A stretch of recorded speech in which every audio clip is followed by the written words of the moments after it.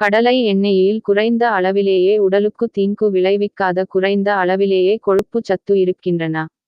கடலை எண்ணெயை கொண்டு செய்யப்படும் உணவுகளை சாப்பிடுவதால் இதயம் சம்பந்தமான நோய்கள் ஏற்படுவதற்கான வாய்ப்புகள் மிகவும் குறைக்கின்றன. இந்த எண்ணெயில் இருக்கும் வைட்டமின் இ சத்து இருதயத்தை சிறப்பாக செயல்பட செய்கிறது.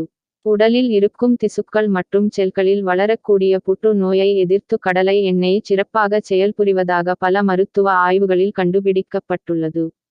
வயதானவர்கள் கடலை எண்ணெய் பயன்படுத்தி செய்யப்படும் உணவுகளை அதிகம் சாப்பிட்டு வருவதால் அவர்களின் மூளை செல்கள் புத்துணர்ச்சி பெறும். நரம்புகள் பாதிப்பு, ஞாபக மறதி போன்ற குறைபாடுகளும் நீங்கும். சிறிதளவு கடலை எண்ணெயை எடுத்து வலி ஏற்படும் மூட்டு பகுதிகளில் நன்கு தடவி சிறிது நேரம் மெதுவாக பிடித்து விட்டால் சிறிது நேரத்திலேயே மூட்டு வலி நீங்கும். உணவில் கடலை எண்ணெயை அதிகம் உபயோகிப்பதால் அதில் இருக்கும் வைட்டமின் இ சத்து முடிகொட்டல் பிரச்சனையை போக்கி தலைமுடி ஆரோக்கியமாகவும் நல்ல வளர்ச்சியும் பெற உதவுகிறது.